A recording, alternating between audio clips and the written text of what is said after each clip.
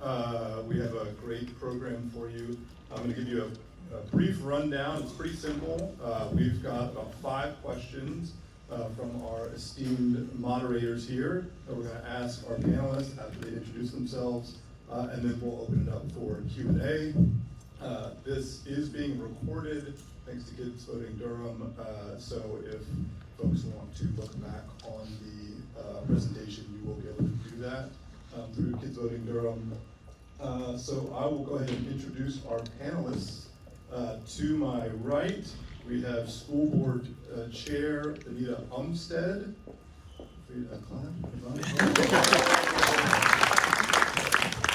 Next, we have City Council Person Javiera Caballero. We have Durham County Board of County Commissioners Chair Nida Allam. And North Carolina House of Representatives, Marcia Morey.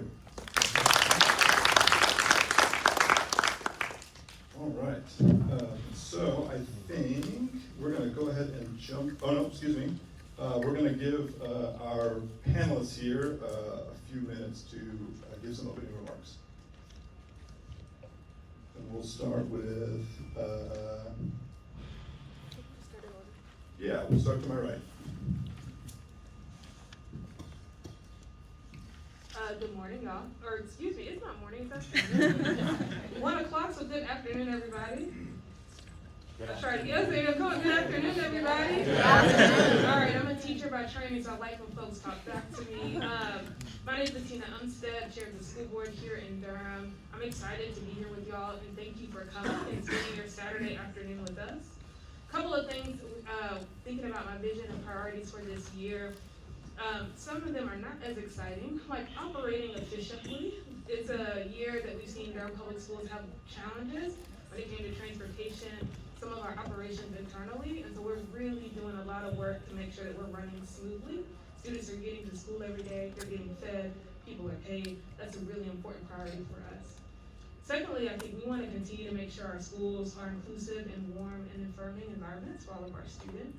That includes making sure our teachers are really trained, and that we're doing everything we can to make sure that they feel included in the space.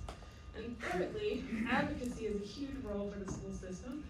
There's a lot happening on the state level and on the federal level, and we want to make sure that we're aligned to make sure we can advocate on behalf of our students and educators. So thank you all.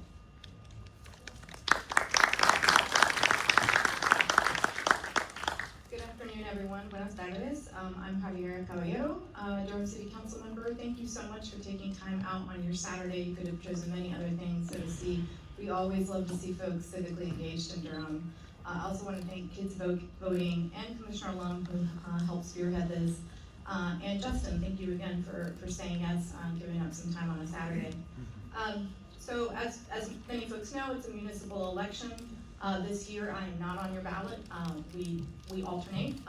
So it will be interesting to see where we land in December when our new council is sworn in. My commitments have always been and will always continue to be Durham residents and how we can deliver city services effectively. We will continue to prioritize affordable housing. We are towards the end of our Forever Home Durham program, which was tied to the large $95 million bond we passed in 2019. We are going to continue expanding the community safety department. We know that that has been, it's a very beloved department and program. We are the model for the country at this point. It's something we should be very, very proud of. And finally, continuing to work really collaboratively with both our county and our schools. We're seeing some really dire policies coming down from the state and the federal government, and Durham isn't going to win, and we're not going to see the other side of this unless everyone works well together. And so I'm committed to ensuring that I work well with my county commissioner colleagues and my school board colleagues, and then also our representatives at the General Assembly.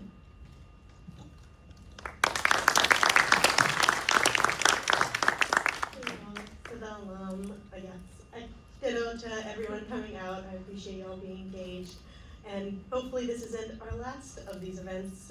We really want to have more ways for our community members to engage outside of our regular board meetings, because we know during weekdays it can be hard for folks to come out. So thank you for coming out today. My priorities, this is my second term, but in this term we are in the first year, and we have 3 new board members, so a big focus for us has been about efficiency. This has been a really tough budget year for both the city and the county. I'm sure if you've received your property tax bills, you saw a change. There was an increase in property tax revaluations, so we've been really focused on educating our community on why that happens, that it's state mandated we do these revaluations, and how it impacts you, and making sure that, you know, our most vulnerable neighbors, we connect them to services and programs as best as we can to help lessen that burden. Connecting them through our long-term homeowner grant program, connecting them to our social services, our programs, and focus has been about, again, to what Chair Member Bettina Umstead said about efficiency, working to see how we integrate all of the programs and services Durham County has, not just from the government, but our nonprofits, our providers, vendors, getting everyone to come together to say, hey, we're really struggling at the federal level, we're seeing benefits being cut. How do we all come together to make sure that everyone who is eligible for programs knows how to apply for it and has support in going through that system?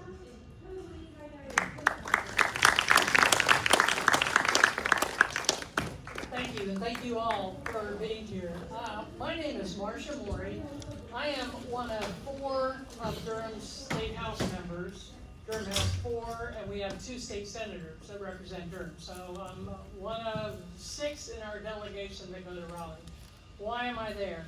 I was a judge across the street for 18 years, and I got to know what happens in people's lives. What happens with family issues, what happens in criminal cases, with bonds, with being in jail, with poverty, with racism. Everything I learned in my foundation came from what I learned at that courthouse. And when I saw Donald Trump be elected his first term, I thought, I can't do this anymore. I have to fight. And so we had a vacancy in our state house. Paul Lutke passed away, and I said, I'll do it. So I've been there for 8 years. Everything we do at the State House affects you. Everything. From taxes to schools, gerrymandering. We are now in a product of extreme gerrymandering in the state. We're in a super minority. And if any of you followed the news this week, we had veto overrides, and we failed at every one. Because we shot ourselves in the foot. We had people in our own party vote with the Republicans, and we did not sustain Governor Side's vetoes. And they were important. They were important votes on ICE, forcing law enforcement here to cooperate with ICE, checking everyone's immigration status if they're put in jail, holding them 48 hours beyond the time they should be held. We went after culture issues. Everyone has to have the sex that they were born with put on their birth certificate. No more transgender care by physicians unless they face criminal prosecution. Many others. So we'll get into it. Glad to be here. I hope I don't depress you. We got to fight. Thank you.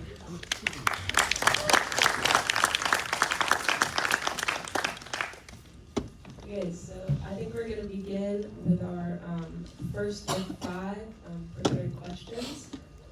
So our first question is, what can you do and what are you doing in your respective offices to support public schools?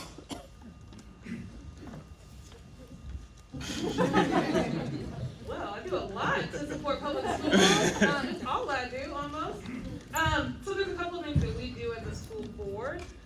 One of that is we have a strategic plan in our district that's all about our goals and metrics for how the district is going to move forward. That includes academic success for students, teacher recruitment and retention, operating efficiently, all that's in our strategic plan. We also adopt policies that govern all of our school systems. So whether that is for, again, how much people are going to get paid, what time school starts, free breakfast and lunch, was the policy we implemented this last school year. All of that is in the Board of Education.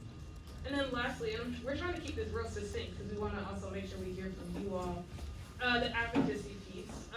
We were watching closely some of the bills that were happening this week and continue to watch what's happening on the state and federal level and make sure we advocate on behalf of public schools.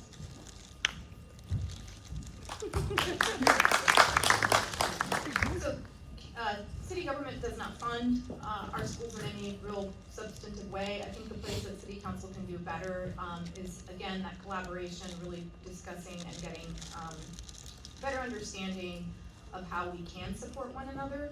Two things that I do want to highlight. There is a unified housing task force that is county, city, and schools, and one of the subcommittees on there was workforce housing. And so how can the city help support? The school system owns some land that could be dedicated towards workforce housing for teachers and other school employees, although they don't have a housing department. So then how do they work with the city to help implement a workforce housing strategy? So that's one thing, and then secondly is around transit. Your buses are fare free. I think we need to get as many high school students on those fare-free buses and ensuring that we increase service and increase reliability for Go Durham so that those high school students can get on those city buses will help lower the transit costs and the bus costs for our school system so that we can make sure our elementary age kids have more reliable bus service. So those are two ways that we can and should be supporting more. And for the county commission, the schools are the largest part of our budget, but we still aren't, the main source of revenue for Durham Public Schools. They are also funded by federal dollars and state dollars. And over the past, or probably even longer, the county commission has been increasing funding steadily every year for Durham Public Schools because we see a growing need as our populations grow, but also as services and programming needs to adapt to the way that our students are learning today. And also keeping up, one of the main focus areas that the county is responsible for is capital, which is the building infrastructure for our schools. So thank you to all of y'all who have voted for the public education bonds that we've put on the ballot, because those go to the renovation and construction of our schools. I'm sure as y'all have seen in some of our schools, we have had, struggling HVAC systems, leaky roofs, just a lot of issues, and the only way we can fix those is by passing these bonds to have that high amount of dollars to be able to make those repairs and or build new schools as our population grows. Now for the bad news. I'm gonna be your bad news. What has the state done? We have ignored and not funded our public schools. We had a North Carolina Supreme Court case, Leandro, that said it is a constitutional right for every child to have a sound basic education that must be funded. The General Assembly just said, no, we're not going to. We're gonna put $500 million into opportunity scholarships, which we call taxpayer vouchers. So it is depleting money that should be going to our public schools. We are trying to get pay raises for our teachers, our educators, our school workers. That's been frozen. And I'm trying to work with kids not to have any school suspensions, K through 3. I filed a bill for that, just more parity. So blame your General Assembly, but we're gonna speak out and fight for good public education.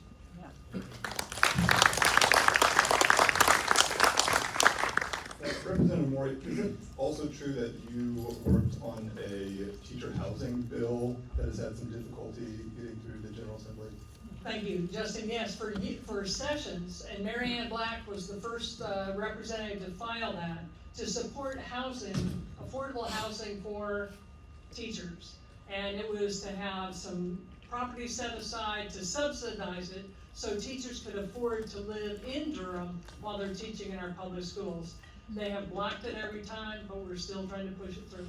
Thank you. You don't have to. Okay, so following that, another question. How can we ensure immigrant communities in Durham feel welcome and secure at work, at school, and out in our community?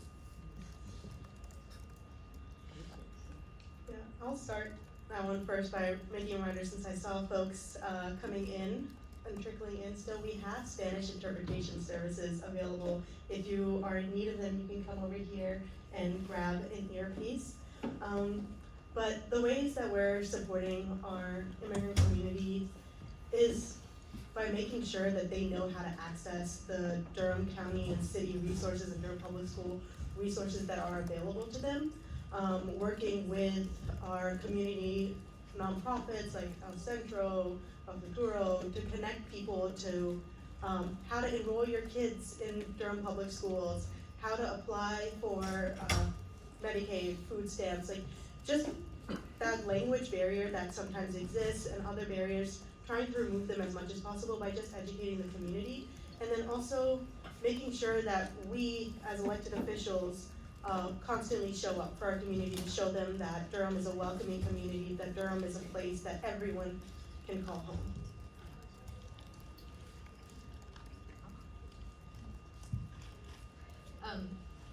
So one of the things that the city does do already, and we need to increase funding, is we do fund immigrant legal defense work at a nonprofit. It has been in place for about 3 years now, 4 years maybe.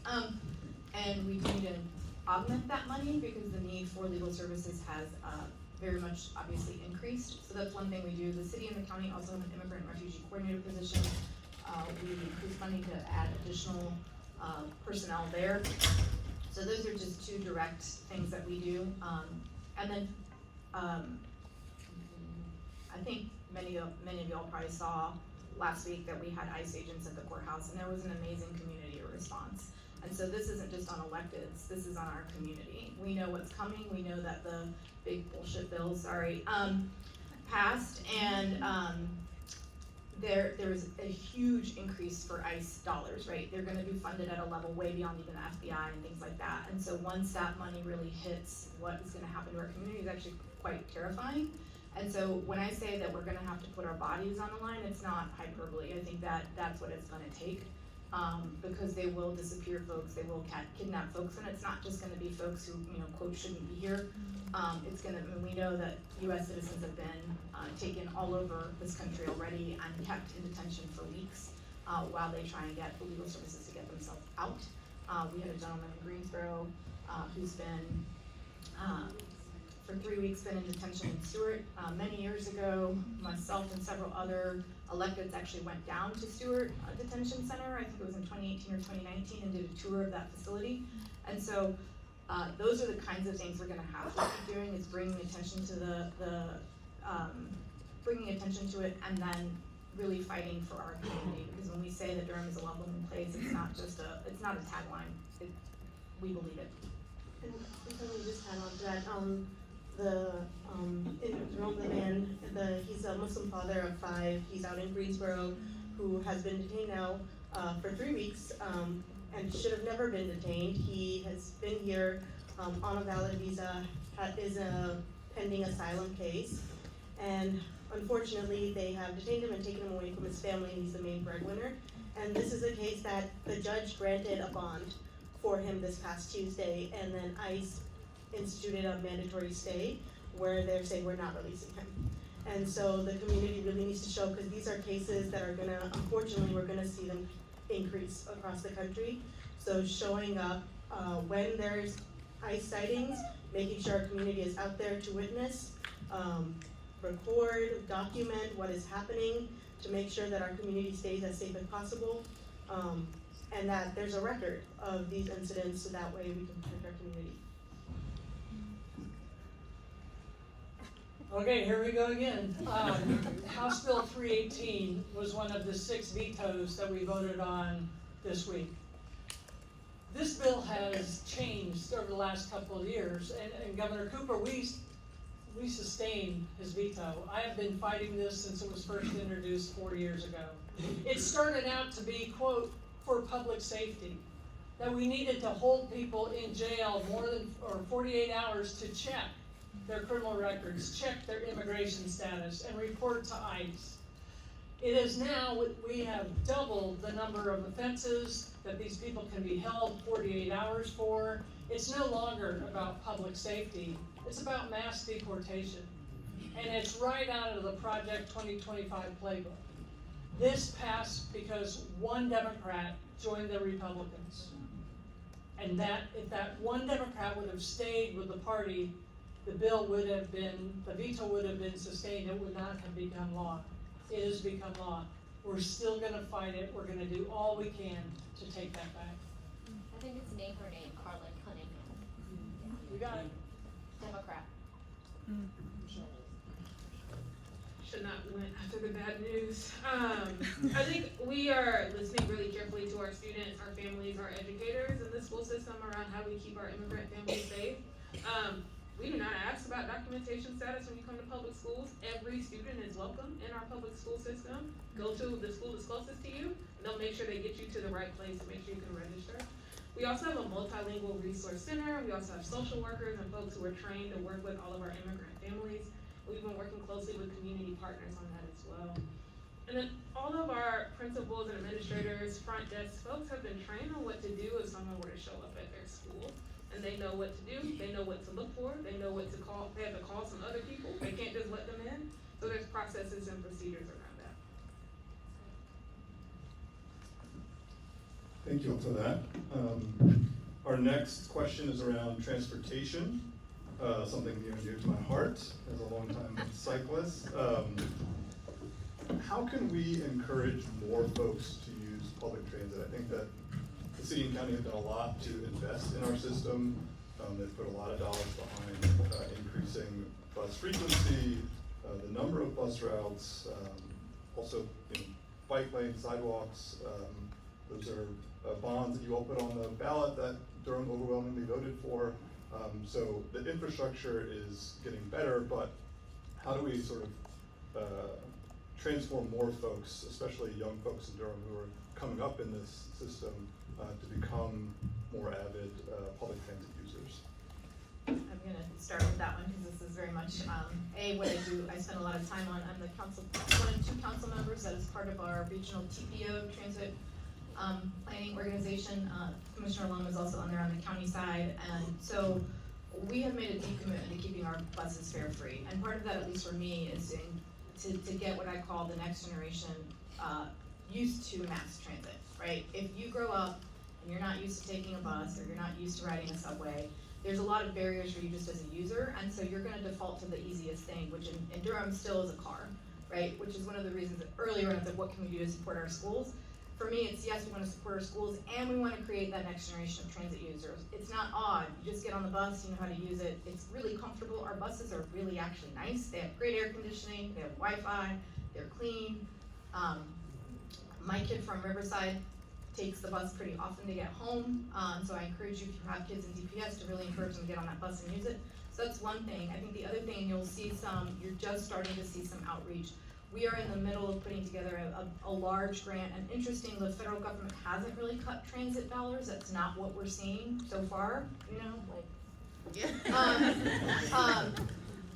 there was a big federal grant, I just actually got a text about it yesterday, that it's moving forward, right? And so that's one space that we're kind of, very much holding our breath around, but the federal dollars are still moving forward, so there is a plan around bus rapid transit. Bus rapid transit is basically, your regular bus line, but way nicer and faster. And so there's a big federal grant that we are applying for. You're gonna see some social media about, hey, come out, get engaged, talk about it. The line is from Duke Hospital and the VA down 9th Street, down through downtown, and connecting to Wellens Village, which is one of our highest ridership bus lines. And so the thing about BRT is you want to put it on a bus line that already has high userability, because you don't want to put it out somewhere where folks aren't taking the bus. It doesn't make any sense. So that's our first project around BRT. We were behind Raleigh and Chapel Hill. Now we're catching up, and I'm slightly competitive about these things. I really want Durham to get ahead of Raleigh, because that is something that gives me deep joy. It's better than Raleigh,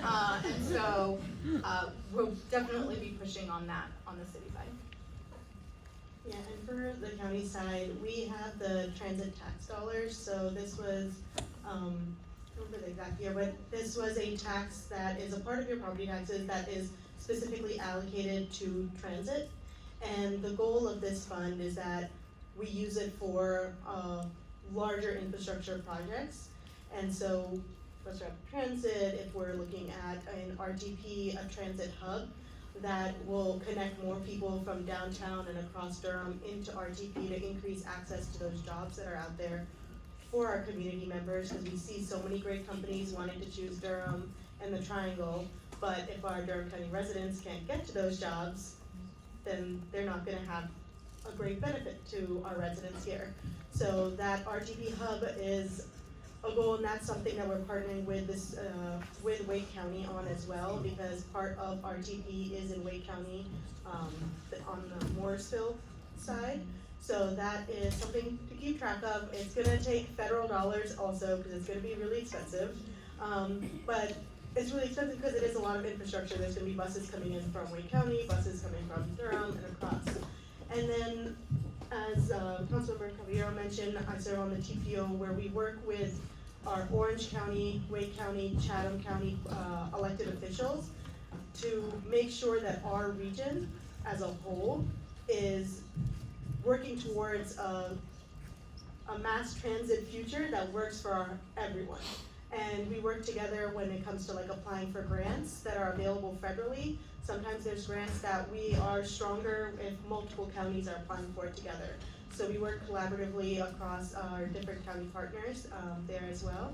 And then, as Councilmember Javiera mentioned, we just want to increase ridership amongst our residents for them to know what is available. And also another thing that we're working on is the Durham to Roxborough Rail Trail, which, if you haven't heard about this, there is a old rail line that hasn't been used that we've applied for federal funding, a grant to convert that old rail line into a trail that'll connect, people can hike, walk, bike, all the way up to Roxborough, which is in northern Durham County.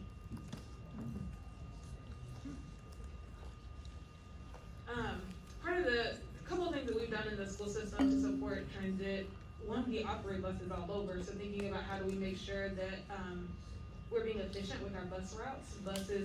Students aren't spending as long on the bus. We know that's been a challenge. Another thing we've done is partnered with community partners around bicycle safety. So Bike Durham has a really strong partnership with Durham Public Schools and has been teaching students about how to ride a bike, how to engage in intersections and all of those different things.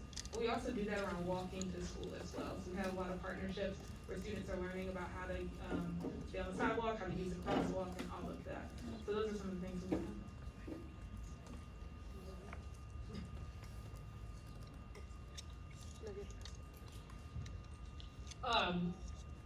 The state, so much of what we're doing does not affect the local transit, but it does affect, how we fund things. And a lot of times we are telling communities, you are not allowed to rezone, you must de-annex, you cannot de-annex. We're reaching in and telling communities what they have to do.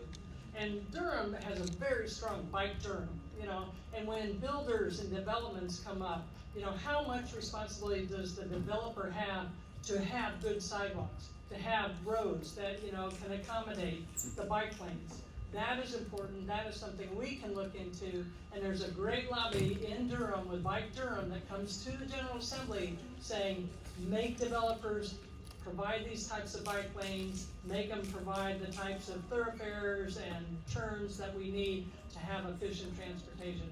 And y'all may know, we used to talk about light rail a lot. We were that close to getting a light rail line, and it was killed, basically, by the state and by the feds, and hopefully we will get back to that someday. Thank you. There's a couple more things I could talk a lot about transit, I'm sorry. So the other thing that's happened recently is your Amtrak. So what we're also working towards is better intercity rail passenger rail, so that you can get to Raleigh, you can get to Greensboro, you can get to Charlotte. They have increased the amount of trains that come through. We've seen a massive increase on the use of Amtrak. There is a huge federal grant that so far, again, is moving forward. It's called the S-Line. It was $1 billion investment through the Biden administration that will eventually get fast trains down from DC all the way to Atlanta. And so please pay attention to that. There's going to be opportunity again when you want to people run for Congress. There's a massive Senate race next year in North Carolina, pushing for our federal level electeds to really seek those transit dollars. We were really lucky to have support with that S-Line grant from our federal Congress people at the time. And so that's just another opportunity. Again, transit between cities is really important, especially in the triangle. And then, I feel like I had one more.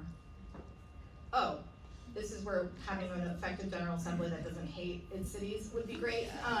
There is a funding, there's basically all of the funding that NCDOT gets, so much of it has to be tied to road expansion projects, right? So there was a law I think passed in 2014 that changed the formula as to what could go to alternative transit besides road widenings and new roads. And they changed it, I want to say it's 98% has to go to road widenings and new roads. Maybe it's not that high, but it's really, really high percentage. And so that's something we really need the General Assembly to change, because we need those dollars not just to go to road widenings and new roads. And one of the things that our local TPO did in the 2050 MTP, was say that Durham, our TPO region, which is part of Chatham, Orange County, and Durham, is that we didn't want to take NCDOT dollars that were just going to expand roads and make them wider, that we really wanted to move away from that it did not align with our goals around transit and climate. Thank you. Real quickly, and we've talked a lot about the different ways that these services, or your work overlaps with the various government branches, but transportation is a place where the city and county in particular have a lot of overlap and collaborate a lot. So just thinking about how each of you in your branches are responsible for different things, transportation is a place where the city and county are very tightly connected. Okay, so this question relates more to safety. So as North Carolina relaxes its gun laws, how do you plan to protect Durham residents, especially our youth, from the growing threat of gun violence in our community? Yeah, who wants that one? Let's start with the Bad news. We'll start with Ben. Yeah, every session I've introduced gun safety laws. If you have a gun, it's in a car or truck, lock it up. Has that even got a hearing? No. Has it ever left, filing the bill and it goes nowhere? That's because the majority decides what bill goes to committees and gets to the floor and gets voted on, and Democratic bills never see the light of day. But I've been doing the background checks, the red flag laws, the ban, the semi-automatic, you name it. They have prioritized gun rights over public safety. And it is a stronghold, and they are not compromising. The Second Amendment they think is absolute. And we are going to continue to fight that public safety trumps anything over gun ownership if it is not sensible and safe. So we will keep doing that, but the ramifications are felt here. And believe me, as a judge and seeing so many youth charged with gun crimes or died by gun crimes, we have to do something immediately.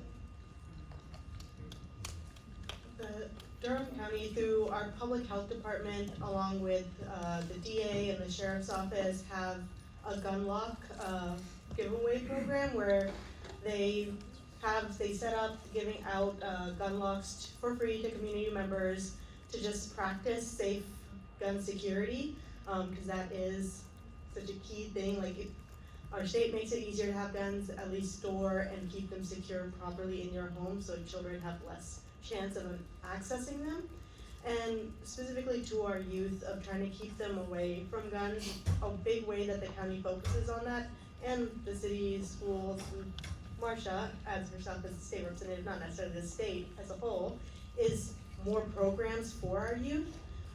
Because if we have more ways and more activities for our students and our youth to be engaged in, more places for them to go that are like community centers like this library, and programs, we'll see that they're less likely to become involved in gun violence, because there'll be less of an appeal for them. We actually have a really amazing program in Durham County funds. It's called Project Build. And all 5 of us commissioners actually got to meet earlier this week with some of the youth who are youth leaders amongst Project Build. And a big thing that they do is they take the students and the youth out to wheels, to go fishing, to try activities that they aren't typically available to them, and trying to expand their interests. And a big thing that we heard from them was that you know, all of them, they're like, we like learning, we love learning, but we wanna be able to access more of these activities that are outside, because we feel like if we have access to them, we'll be able to, like, you know, socialize more amongst our friends and be able to focus more in school if we have more things that are keeping us active in general. What have the youth that you've been meeting with, what have they said are the barriers for being able to access those types of things?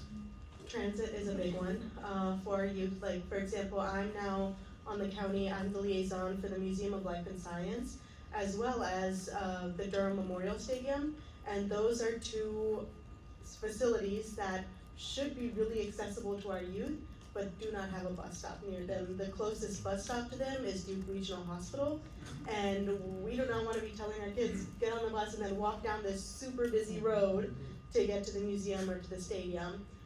So I think working to increase bus stops and frequency to areas that our youth can, you know, go and engage. So, obviously the city has the police department, right? And so that is a reactive, tool, right? It's a tool that is, especially for investigative purposes, very, very important. Some of the things that we are doing, and this is one of the reasons that we created the community safety department, is the kind of scope of what police officers were doing is way beyond what I think we would, you know, A, they can handle, and B, maybe we want them to do. So the community safety department was created, it's why we run HEART, it's why we have a co-response model in there, it's why we have a non-police response model in there. So if you're having a mental health crisis, that's what's gonna show up when you call 911. Additionally, because of state enabling legislation, we now are gonna be able to have traffic kind of investigators. So if you get into a fender bender, you do not need an armed police officer to show up for that. You just want your insurance report. So that's one way that we can take the percentage of work off our police department so that they can focus on the violent crime, again, after the fact. What we need to continue to do, and this is something that, you know, the city has a new city manager.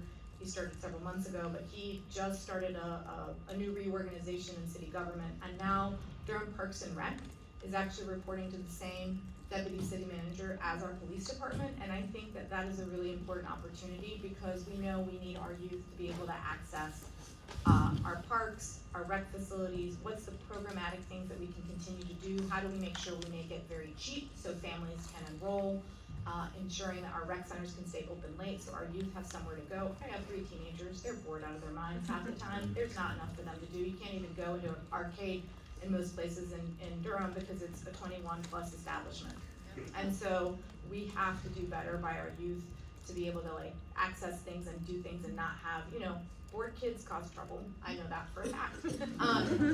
And so how do we as a community make sure that we're offering what we can to our kids and keep them busy? And then the other side of it is going to have to be on the General Assembly side, which has to do something at some point. And thank you, Representative Morey, because I know you've been fighting that fight for a long time around access to guns. What we're seeing in our crime report, even though overall crime is trending down, what we are seeing are younger and younger, mostly men, young or boys, really, boys, having access to guns. And what's often happening is that they're stolen guns from your car. You don't have to report your stolen gun in North Carolina. And so they're stolen out of cars.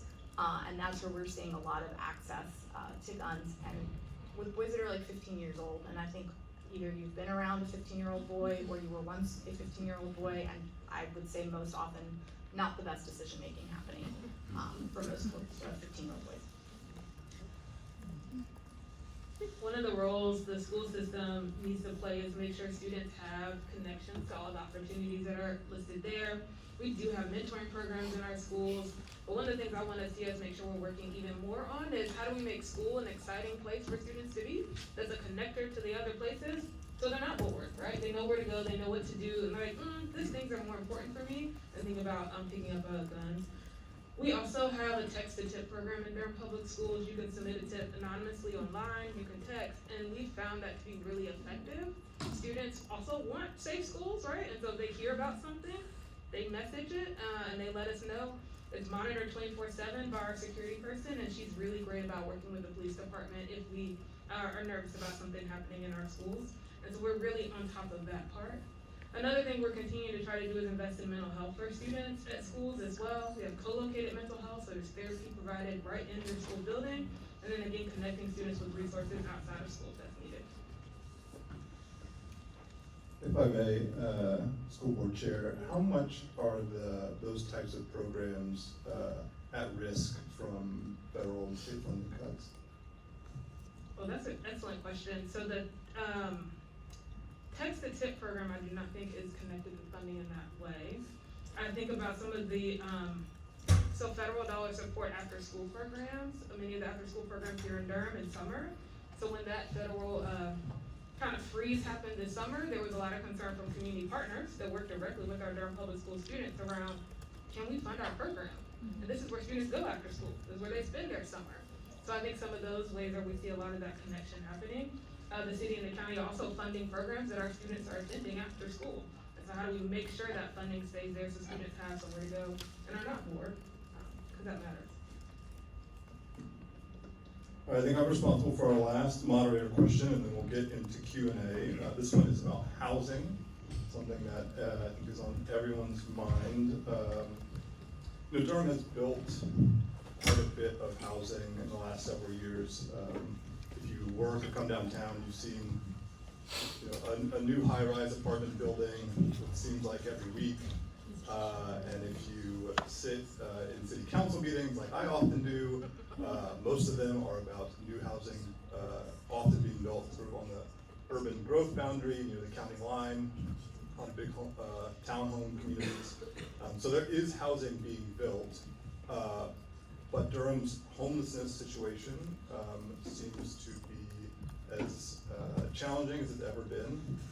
And residents, like teachers, we mentioned before, other working class folks still are having trouble finding housing that they can afford. And so my question is the housing that we're building meeting the needs of Durham residents?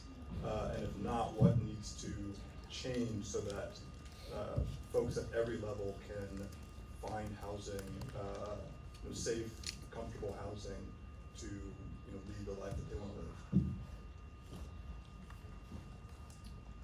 So this is definitely a lot of what council does.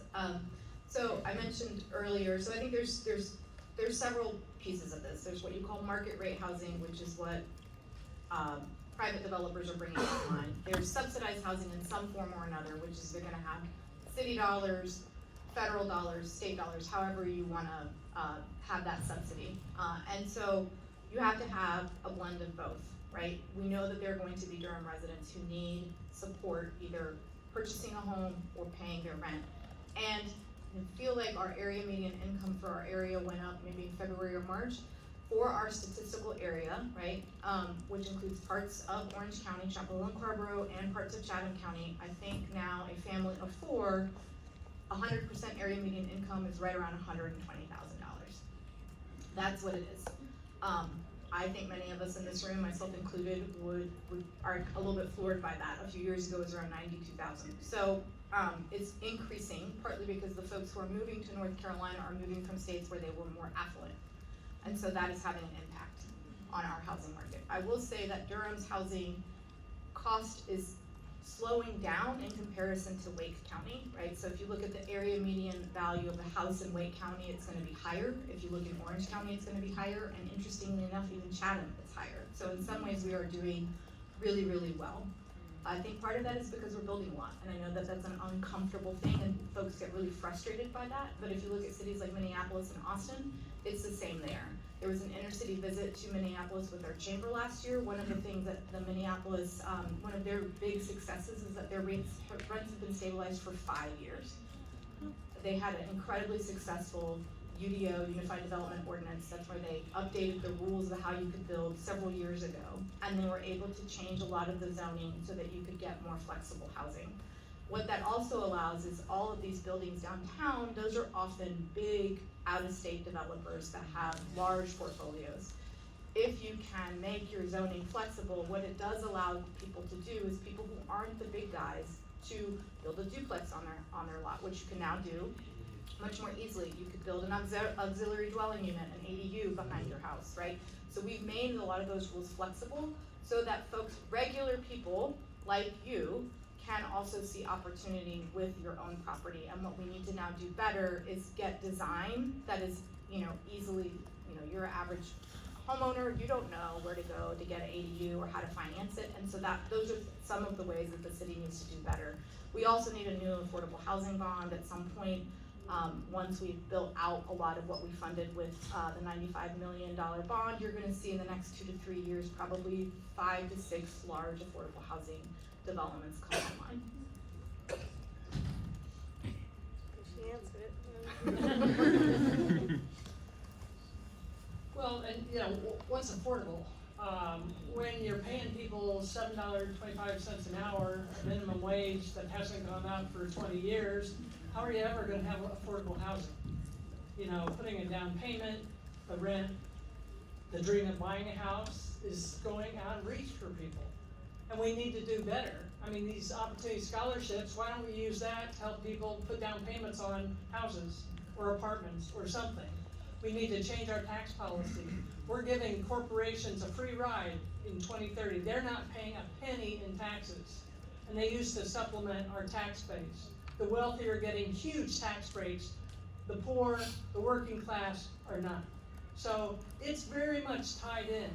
We have to enable the workers. We have to raise the minimum wage. We have to give people power. I look forward to all of that happening, so our educators have somewhere to live that's affordable in Durham. So many of our folks are driving from across counties, right? They're living in surrounding counties, driving over an hour to get to work because of housing. And so many of our students and families are also having a hard time finding housing in Durham. We have students who are unhoused, and they work with our social worker to make sure they have the resources that they need. But yes, the intersection of all of this work, I think, matters so much to the school system. We really would like to see teacher housing, so we're still trying to figure out, is there a way that we can do that or partner with different entities? We have partnered right now with self-help, so teachers or educators, so that's anyone that works for the school system, can have some affordable housing through their townhome community. And so we want to do more of that to make sure that folks have somewhere to live.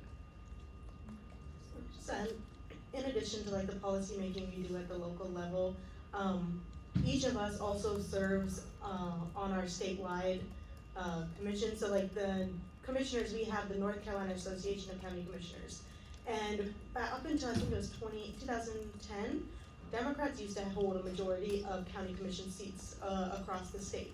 Obviously when that red wave came, we now have a vast majority of county commission seats are even held by Republicans. So it's important for us as local, and the city has the League of Cities. I think the schools have School Board Association. Yeah, School Board Association. It's important for us as elected officials to be part of those, even if we're in this blue pocket of Durham. Because when I go to the County Commission Association, I talk to Republican county commissioners, and they're facing the same issues, and oftentimes pushing them and having them have conversations with their Republican legislators.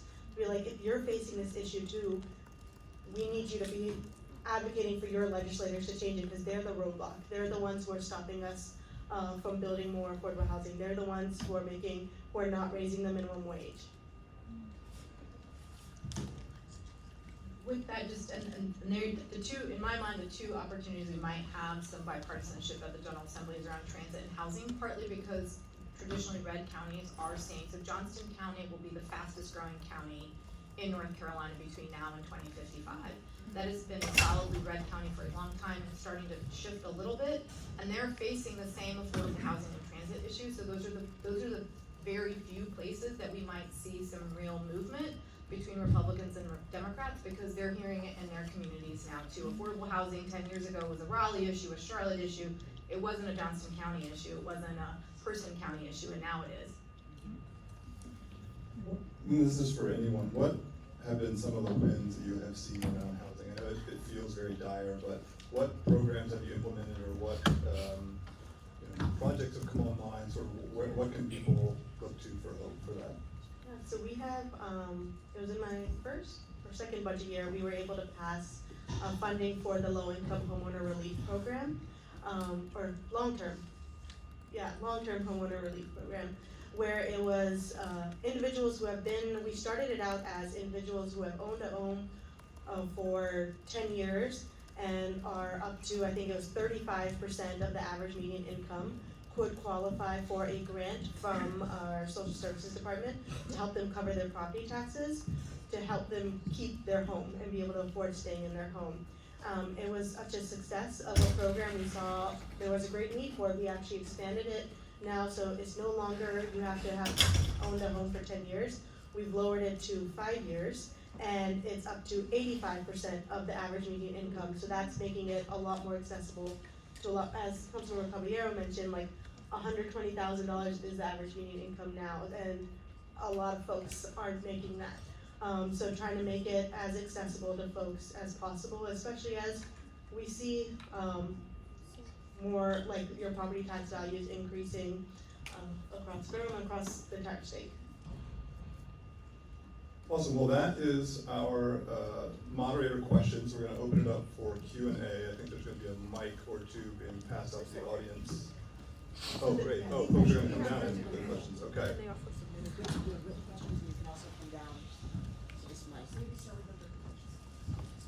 So we're gonna give folks 1 minute per question, and then the panelists will have about 2 minutes to respond.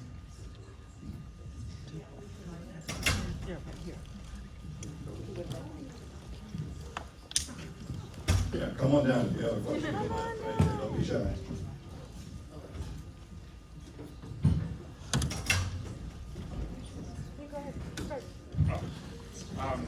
Thank you all for being here. This thing.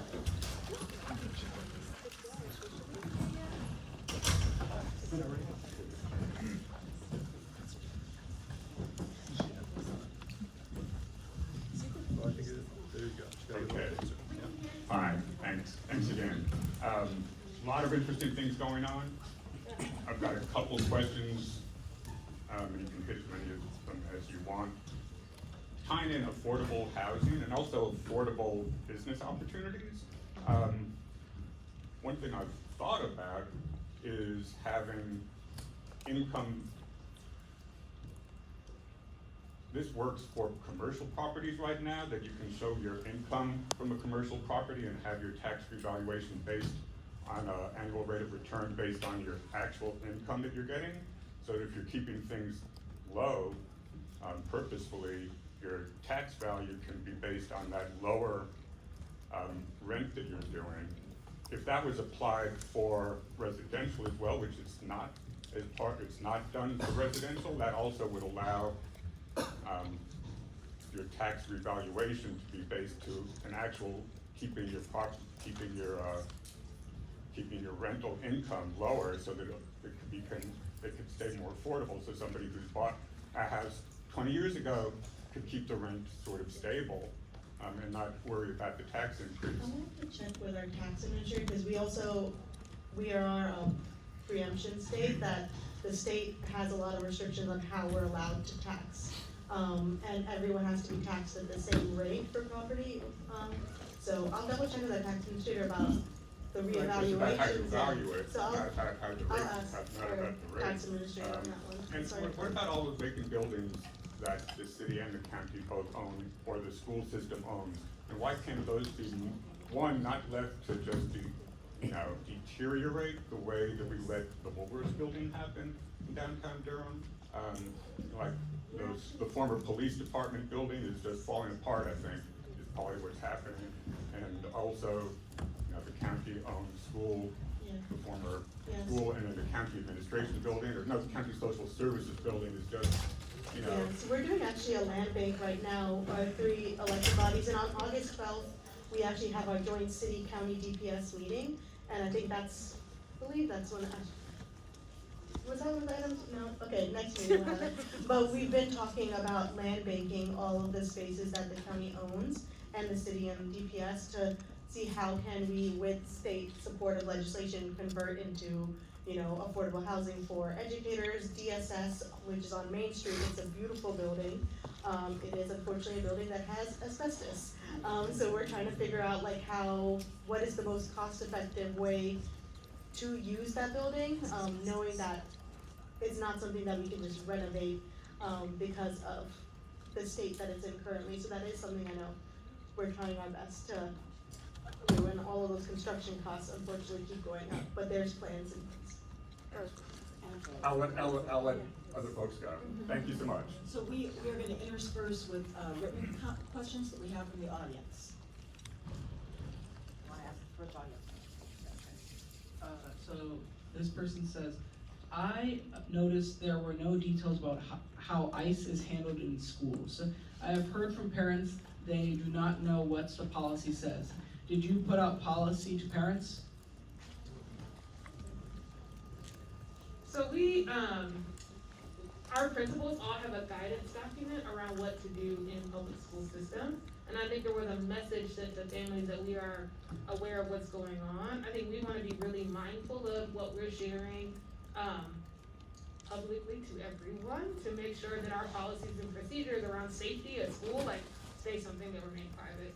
So all of our schools have emergency plans that remain private because of the safety part of this.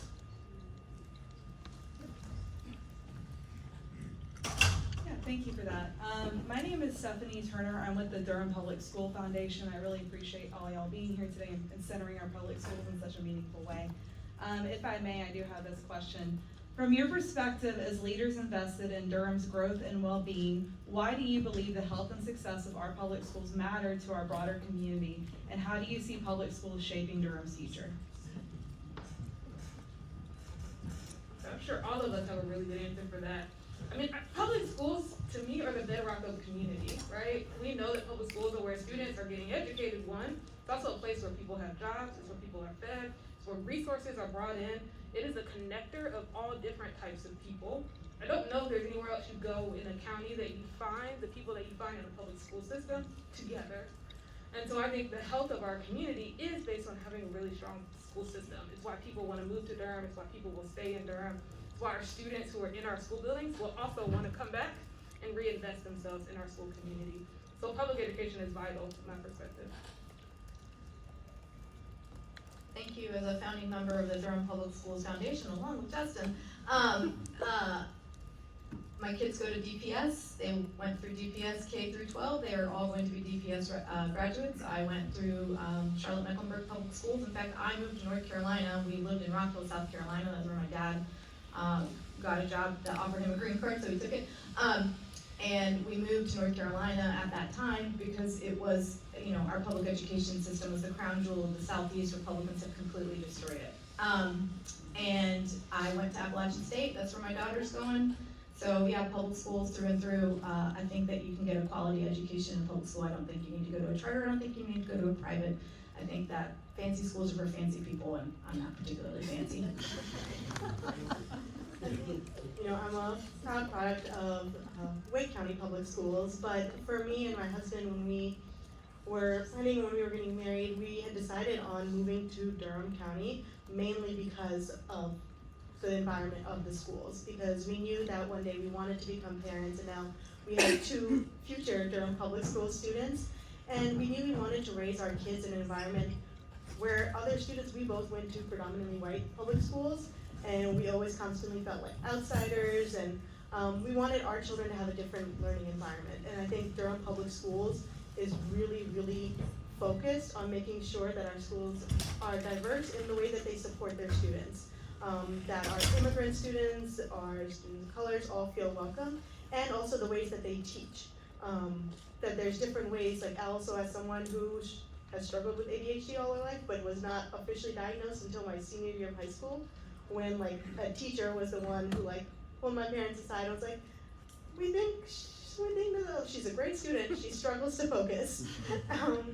But seeing that those type of resources of our educators taking that time and focus with students to be like, hey, we need to provide this extra support, let's see how we can give them the best success if they need different ways to learn. Can't say anything better. Public education, I think, is the bedrock of our country, of our state, of our cities. And God bless the educators who don't get paid enough, but do a heroic job, because it's all about the future and our kids' dreams. If I could jump in real quick for the next question, Bettina, I want to ask you this: if someone is not a parent of a DPS student, or is not part of the education system, what is a good way for them to support the school system or get involved? Well, there are a lot of ways to do that. If you have a lot of time, you can come volunteer in our schools. You have a lot of treasure, you can donate to the Durham Public Schools Foundation, that is FullCitySchools.org, thank you. And then I think young people are all around in our community, right? So get connected, whether you're coaching, whether you're coaching in school system or coaching outside of school, in after school and rec leagues, wherever, like find some young people and get connected to them. There's tutoring opportunities all over Durham. There's kids voting with our wonderful, amazing students are here today. There's lots of opportunities to get connected. Matt Segrist, citizen of Durham County and City. I was wondering, in terms of the attacks on freedom of thought and association in public schools and in our public libraries, such as this gorgeous one, in terms of book bans being pulled off shelves, oversight of teachers in terms of so-called diversity, equity, inclusion, which is basic fairness, surveillance of families and teachers' support of transgender students, and attacks on gender-affirming care at clinics such as Duke, and also the attacks on higher education, which are really important here, especially Duke, the largest employer in the county and maybe in the state, because of the Doge cuts and the MAGA cuts. And we've heard about the legislature, but we have this other looming force out there too, and I just wonder how that affects the freedom in our communities and access. I can start, but it's really disheartening to me, all the attacks that have happened around, especially around diversity, equity, and inclusion. It makes me think about our students when they go to college and what will their experience be like and what might be different about their experiences because of these attacks, right? In Durham Public Schools, we've stayed committed to our equity work. We still have policy supporting LGBTQIA students. That's policy supporting equity work without the district. We also wrote a resolution against the bill that's been overridden by the governor that is around eliminating DEI in public education. And we're watching that really carefully. I need to come watch Representative Morey and her colleagues whenever that might come up for a vote. It was not voted on this week, so we're really watching that carefully. But our district is majority students of color, so we need to make sure that we're doing everything to make sure our students are affirmed in our school district. Meg, thanks for your comment, your question. We have 3 bills that did not come up for a vote because so far they have not picked up off the Democrat yet. And these 3 bills all relate to diversity, equity, and inclusion bans. It would impeach government officials if they encourage diversity, equity, inclusion. It would be $5,000 fines against anyone that works for government. These are horrific. It is criminalizing a concept, diversity, equity, inclusion, our country is built on. For these bills to have been introduced, passed, and now we're waiting to see if we can uphold the veto. In my 8 years, they're the most despicable bills I have ever seen. And they involve DEI in government, DEI in our schools, and DEI in workplaces that get public funds. So be aware, we're gonna come back at the end of August, and we're gonna have a vote. In the meantime, write your legislators, write Republican legislators, tell them you are outraged by this bill. It gives opportunity, and to take that away from the reality of our country, it is just disgraceful, and we all have to be heard and fight against it.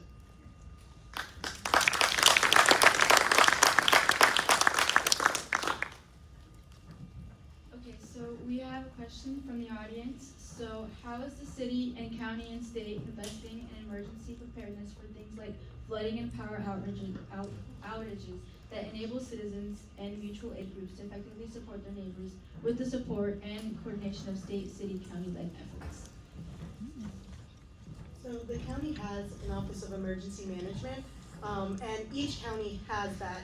And it's really important for us. We actually just, at our last meeting this past Monday, recognized some of our staff from the Office of Emergency Management, because they don't only impact emergencies within Durham County. When we saw Tropical Storm Chantal, and we had our northern Durham County residents who were impacted, but also our neighbors out in Orange County who are devastated in the Harborough area.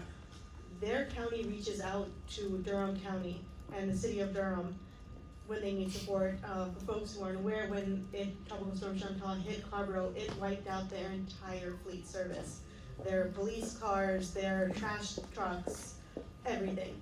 And so they put in a system, a notification into the emergency management system that contacts all the neighboring counties that we need support.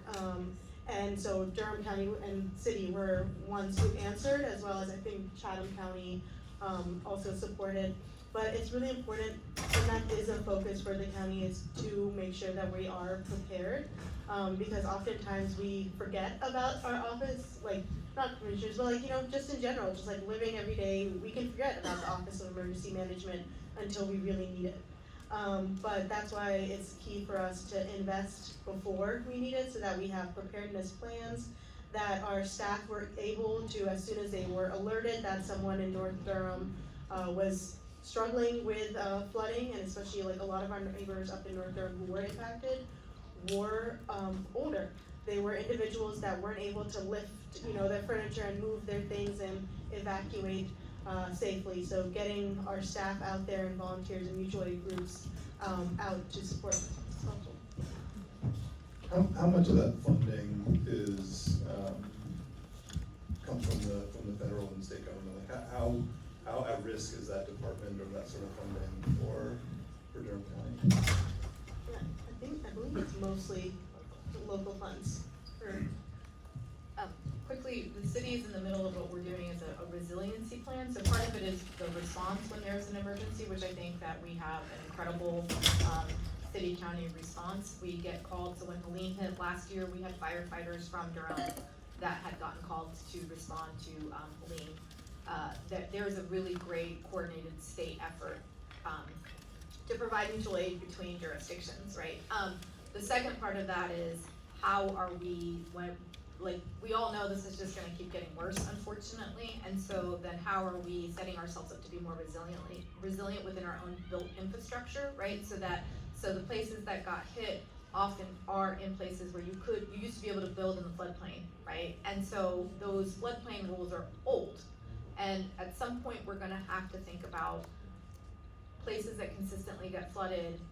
Folks shouldn't be living there, and so what kind of support are we gonna provide folks to move them out? That's not gonna come, you know, next year or anything, but those are the kinds of questions we have to start asking ourselves, and that's why the city's focusing on a resiliency plan for its own operations and then also thinking about the community.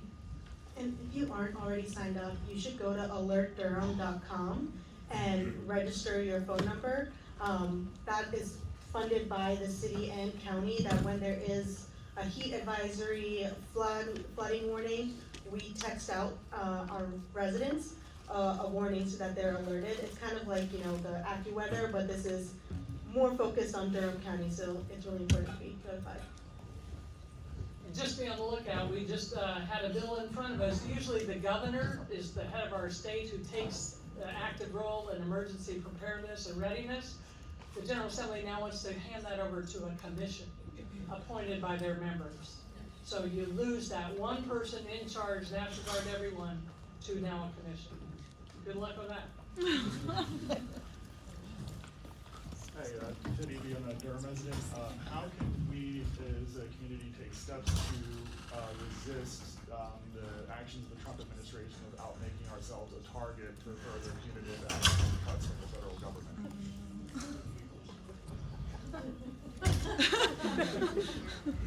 I'd say one way is what we see at the state legislature. So there's this organization called ALEC. I don't know if folks are aware of it. Basically, they are a conservative lobbyist organization that they develop all of the legislation, the right-wing extremist legislation that we see across the country, and they pass it in Florida, and then they're like, okay, we've got it passed in Florida, let's bring it to North Carolina now. And so they go and they lobby our legislators and work them really hard, but there are so many organizations here in North Carolina that are working to combat ALEC and those initiatives. I'd say like getting active in those, through our teachers association, through Sunrise Movement, all of these groups that go and lobby. My job outside of County Commission is I work at National Domestic Workers Alliance. We advocate for our domestic workers like childcare workers, home cleaners, elderly caretakers, and getting involved in those groups to go combat it at the state level, because even though we have this fight at the federal level, if they bring it to the state, that's a lot harder. I feel like it's a lot harder for us to combat once the state passes it, like North Carolina. So showing up to the state legislature, talking to folks, friends you have in Republican counties, red counties, asking them to go to their county commission and state legislators and having their voices heard as well. I'll also add, like, there's some Republican colleagues, I don't agree with them on everything, but like, there's some Republican colleagues that I've gotten to have good conversations about childcare access. But the thing is, like, me going as a Durham County Commissioner to this, like, legislator is not gonna be as effective as residents from their own districts going.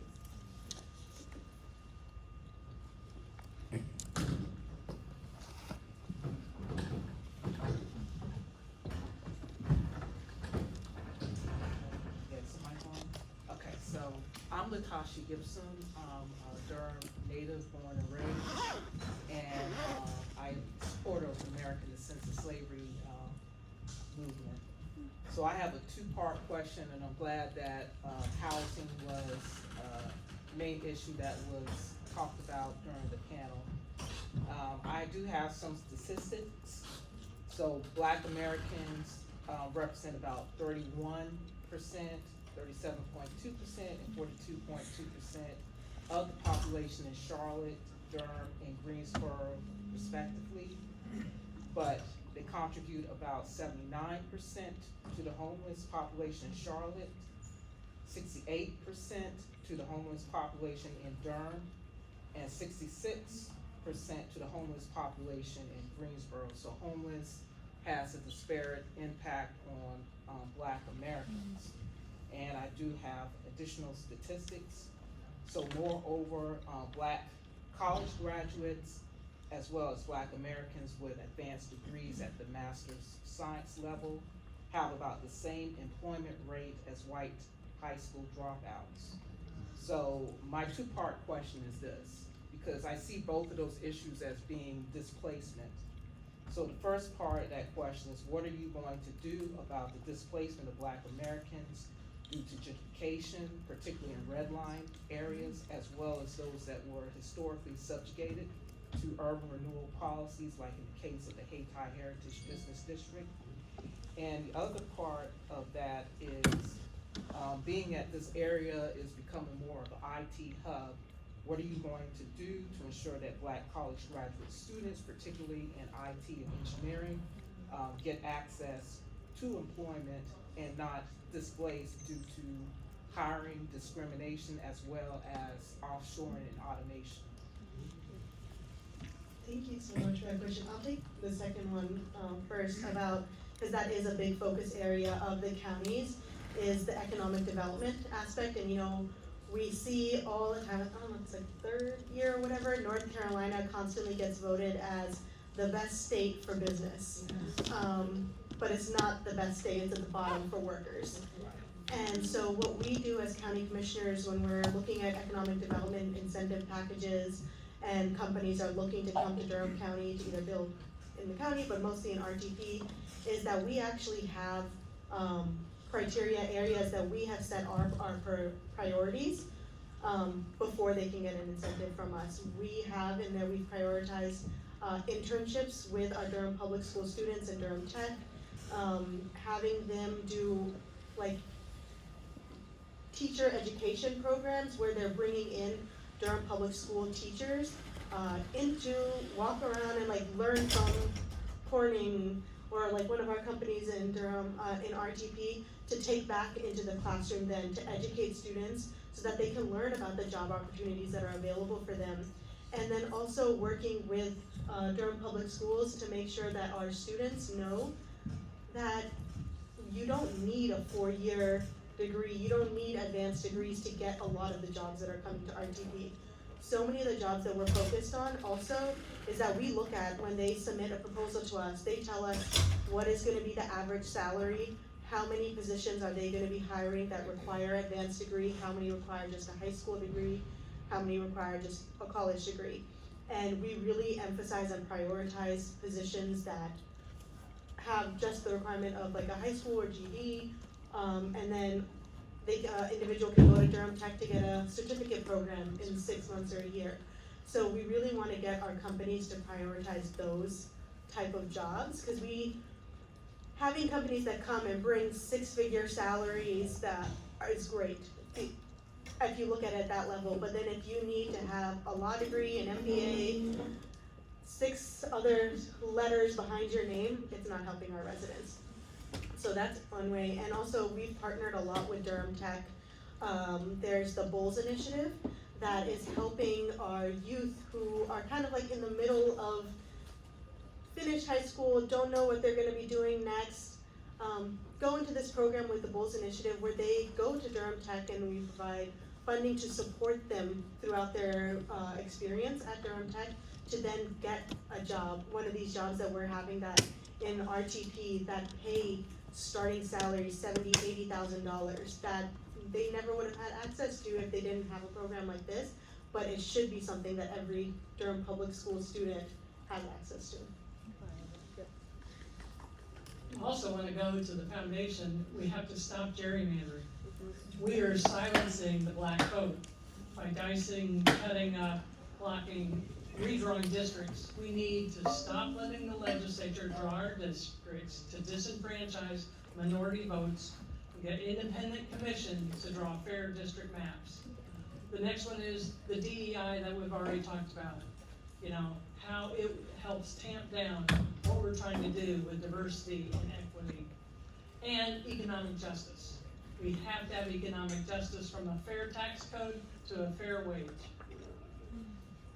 Add quickly, Durham Public Schools also is expanding career technical education opportunities for students. So you can leave with some certifications when you graduate from Durham Public Schools. We've also partnered with Durham Tech Community College. They're teaching some schools in our school. They're teaching classes in our Durham Public Schools building. So that reduces a barrier of students having to go there. But also any high school student in Durham can take free classes at Durham Tech. So we have students who are graduating often with an associate's degree and their high school diploma at the same time, ready to go on to what's next. And so continue to have, and we also have internship programs. So some students this summer spent time in internships in IT and other things across Durham. So really trying to make sure the students understand what career opportunities are available for them and getting them connected with the right resources. It's also one of the reasons we passed the tax relief program that we did between the city and the county, because we understood that long-term homeowners in Durham who were seeing their property taxes increase at a level that they couldn't afford could get that benefit. So it was a way to stabilize neighborhoods and not create displacement and gentrification by pushing out long-term homeowners. We are real limited with renters in North Carolina, what we can do to stabilize rental communities, right? But at least with the home ownership piece, we were able to do that. That was actually one of the only programs in the Southeast, and we were able to, I think, the county, it's, if you're a senior, that it's at 30% AMI or 35% AMI, you don't even, you pay even like zero, I think, or close to zero property taxes. So that was one program. The city many years ago did a ban the box, right? So we do not ask if you are if you were formerly incarcerated. We were one of the first organizations or employers really in the city of Durham to get rid of ban the box for at least those initial questions, right? Because we wanted to give as many opportunities as possible. And then finally, we also run a basic income program, Universal Basic Income Program, thank you, that the city does, and I think the county has one. They're targeting single moms, and it's for parents with young children. Parents with young children, and then ours is targeted for folks who were formerly incarcerated to help stabilize them when they get out, because we know that it's really critical that they can stabilize and become part of their community again and not be ostracized. And I'll just say, you talked a lot about Durham Tech being a pathway for students, particularly high school students. It's also, has been a really great place for retraining folks, older folks who have been in the workforce. You know, maybe they're looking to make a higher salary, or have been, you know, their previous job has been phased out for whatever reason. I went to Durham Tech about 15 years ago and got an associate's degree there. And my mom actually went at the same time. She worked in retail, ended up going back to Durham Tech to get a health information technology degree. Has been working for the DA for about 10 years now. So yeah, it's not just a great opportunity for youth, but I think Durham Tech is a great resource in Durham for retraining folks to get the types of jobs that are coming to this area. Sorry, just to get back off of that, sorry, I know Carolyn's keeping our time, but these tech jobs are not the only ones that pay good wages. And you know, oftentimes we overlook positions like our plumbers, our maintenance staff. Those are positions that if you get your certification, you can be making 6 figures. And there's a lot of need. I know the city, the county, Duke University all have a lot of vacancy in those positions, and I've actually worked to bring the Adam Klein and Stephanie Williams from Duke, myself, our county manager, and J.B. Buxton, the president of Durham Tech. We met to talk about how can we build a pipeline program for our Durham County residents to go to Durham Tech to get these certificate programs, get these licenses, and essentially like work like a Teach for America type situation where they have a pipeline, guaranteed job either with Duke or Durham with these licenses, because we have a huge shortage and we constantly have to contract it out, and that costs county taxpayer dollars, county taxpayers a lot more money to contract it out when we're paying them more and they're not even passing that down to the workers. Hello, my name is Matthias Matthew. I'm stepping into my junior year at Northern High School this year. And in addition to working with Kids Vote, I'm also the student representative for Durham Sustainable Schools Coalition. Also a big transit enjoyer. I took the bus here today. But my question is, with Durham and the Triangle growing rapidly and developing, how are you all working to ensure that our city, our county, and our schools are developed around lower greenhouse gas emissions, public transit, renewable energy, and ecosystem conservation? So the city and the county, we take part of the Green Source Advantage program through Duke Energy that came online a couple of years ago.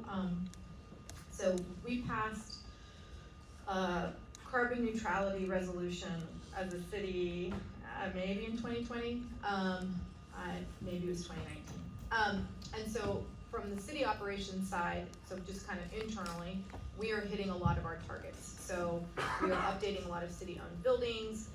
We have bought many more fuel-efficient cars. It's why you're seeing a lot of electric buses now. So but that's all inside. What we need to do, and that kind of goes back to that resiliency piece, is how do we do a lot of those goals that we had for our own operations, and encouraging residents, and how do we support residents to do that broadly across the community. So as a organization, the city is meeting a lot of its targets around climate change. You'll see a lot of every fire station now has a solar array. Every new fire station from now until forever will have a solar array on it. Since my time on council, they've redone all of inside of City Hall's HVAC system. All the lights are on timers, all of those types of things. One of the other things we've struggled to get out is to do a citywide composting program.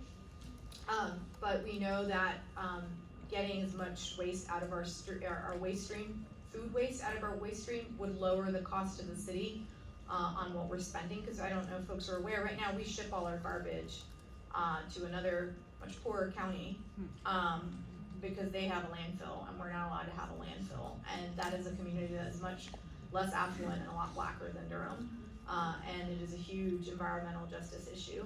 So the more we can do as a community to lower our waste, the better we are being as far as neighbors are concerned to another county, which is what we actually do with our waste now. Not our recycling, but it's also one of the reasons that the city stayed, even though the recycling market collapsed, I think in 2019 or 2020 when China, we were sending a lot of our recycling to China and China was like, we don't want it anymore. a lot of communities stopped recycling certain items and the city didn't. We stayed committed even though it costs us more to do that. And we have to get better. We've had conversations on having a sorting system here so we don't have to contract that out. There's all kinds of things, and I'm getting the sign to stop talking.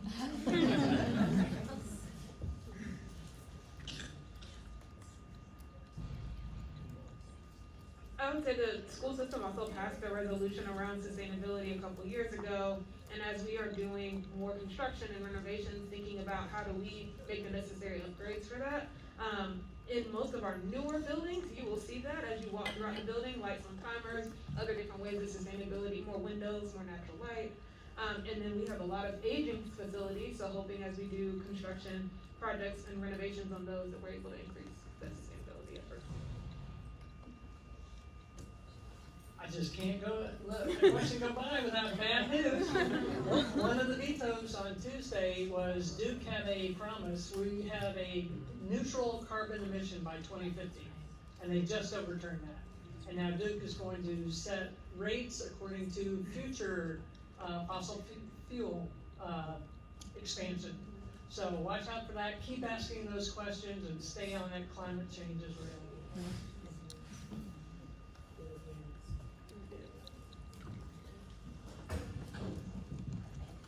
Hi everybody, my name is Anita Scott Neville.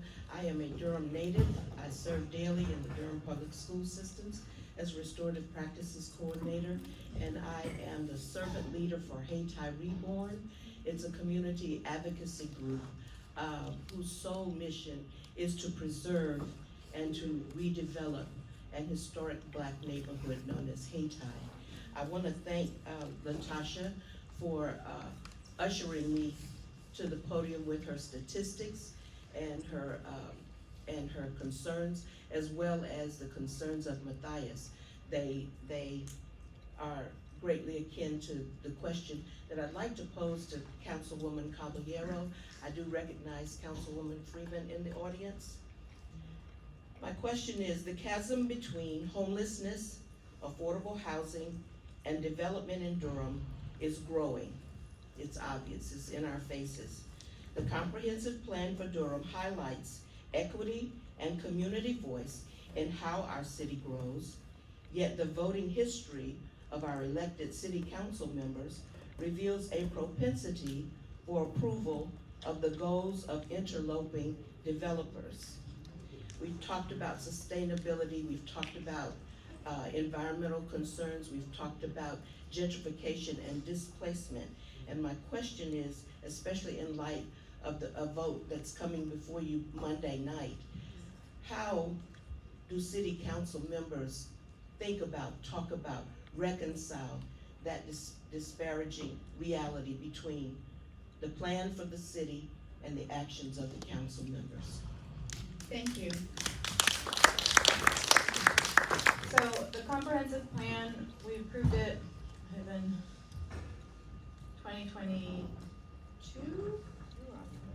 Yeah. So your planning department is what we call a joint city-county planning department. It is both city and county. It's one of the merged departments. I think it's our only, emergency communications, inspections. Anyway, so our comprehensive plan was a 3 to 4 year effort where we went out into the community. Our comprehensive plan is tied to planning, it's tied to land use. It's not a comprehensive plan around all things for the city or county. It is probably one of the best models that we've done around community engagement. It's where we started to do what we call equitable engagement across the city. Absolutely. And so it's a pretty incredible document. Every single zoning case that comes before council, this is on a public agenda. Every single city resident, county resident, anyone actually can go to the government tab on the city's website, and you can see our agenda and you can see what items are on there. And every single zoning case has a table that sets up the goals for that particular development. You can sit there and you can literally get a score. They'll let you, staff lets you know, okay, these are the goals that are applicable for this development, and this is whether they met it, exceeded it, or didn't. And so it's a really easy way for me as an individual council member to say, is this aligning with our comprehensive plan? Our comprehensive plan is not enforceable. It's not the Unified Development Ordinance. Those are the actual rules. But it is our goal about how we want to develop. One of the things we did with that comprehensive plan, which is really important, is that we passed an urban growth boundary. So essentially we want all development to fall inside that urban growth boundary, because we don't want to sprawl out. I will say one of the nice things about Durham is that a good percentage of the northern part of the county is already preserved and protected for watershed. So what our part of like the envelope of where you can build in Durham is much smaller than say Wake County, Mecklenburg County, and that's good because it means we're not gonna sprawl out, you know, an hour where folks are driving and we're expanding our highway network and we are then not meeting our goals around climate change, and also it's not a good quality of life for folks. What that means though, the decision to make that urban growth boundary is to say everything on the inside of that line is gonna densify. Because if you're not going out, you gotta go up. Those are your two choices, or you stifle your growth. And there are a lot of folks who I know really want, you know, they're used to their community looking a certain way. They grew up here, they're like, well, it's been like this for 40 years. There's a really great story next door in Orange County that has a rural buffer zone, I think is what they call it there. They passed, I think, in the 70s. They didn't allow density on the inside of that line. And Chapel Hill and Carrboro have some of the highest housing prices in the state. Displacement still happened. It meant that the lower affluent, like lower income folks couldn't afford to stay in their community, and meant that the teachers and nurses that work at UNC or work in Chapel Hill, Carrboro City Schools couldn't stay. In fact, some of the initial growth that you saw in the early 2000s were teachers in Chapel Hill City Schools who bought houses in Durham because it was cheaper. And so my belief is that we really need to align and follow that comp plan, and I understand that that's uncomfortable for residents because it means that our urban environment is going to change. The other parts that are really important in the comp plan is that commitment to open space, is that commitment to green space, because we all know how important it is. Every resident should be able to access that. The city a few years ago passed, we now have an open space planner. The county had had one for a long time. So what are the opportunities to purchase land to guarantee open space closer in so that you're not having to drive 20, 30 minutes to get to that nature preserve. So we hired that position, and we also started putting money in a fund. So when we have those opportunities as a city to purchase land to preserve it, we can do it. So those are some of the things that we've worked on as a city that are critically important. And I am very committed to our comp plan. I think it's good. I also understand that it's difficult for things to look different if you've seen it be a certain way. And I understand that that's a hard conversation, but I'm always happy to have it with residents. And sorry, one more question. This is on gun crime. While crime overall and violent crime has declined in Durham, gun crime has remained high. There was a report from WRAL last December that I found pretty disturbing, that our district attorney is not prosecuting all those cases. In the tenure of the district attorney's office, the convictions has fallen by 50%, while they've risen by 10% across the state. Contrasted to Wake or Orange counties that have no drop policies. Is our district attorney's no drop policy serving us well, or are we giving up one of the valuable tools we have to keep guns out of the hands of people that shouldn't have them? And should our elected leaders do more to pressure the district attorney to prosecute those cases? That's a great question, and I wish our DA was here to answer it herself. A lot of DAs, they have discretion. You know, the officers are out on the streets, they do the charges, they bring them to the magistrate sees that there's probable cause and sets bond. That paperwork goes to the DA, and from there, it is a lot of, you know, a call on their conscience. When I was a judge and we had any gun crime, I refused to do a PJC, which is a prayer for judgment continued. Drop charges don't come before judges, so I didn't see it, but your DA has total power and discretion over crimes that have been charged. If they're gonna drop them, if they're not gonna drop them, I have heard that criticism as well. So I think that's a very fair question. You gotta be aware, you gotta look into it, and if you're not happy with it, you gotta express displeasure or use your vote. Anybody else? Is that everyone? Oh, great. Okay, so thank you for the questions. As we begin our process of closing out, I just want to help extend a hand to everyone who was involved in making this happen, starting with Representative Morey.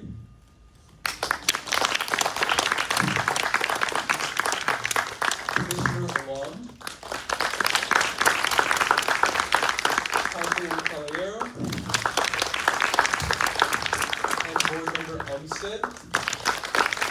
As well as Justin over there from Indy.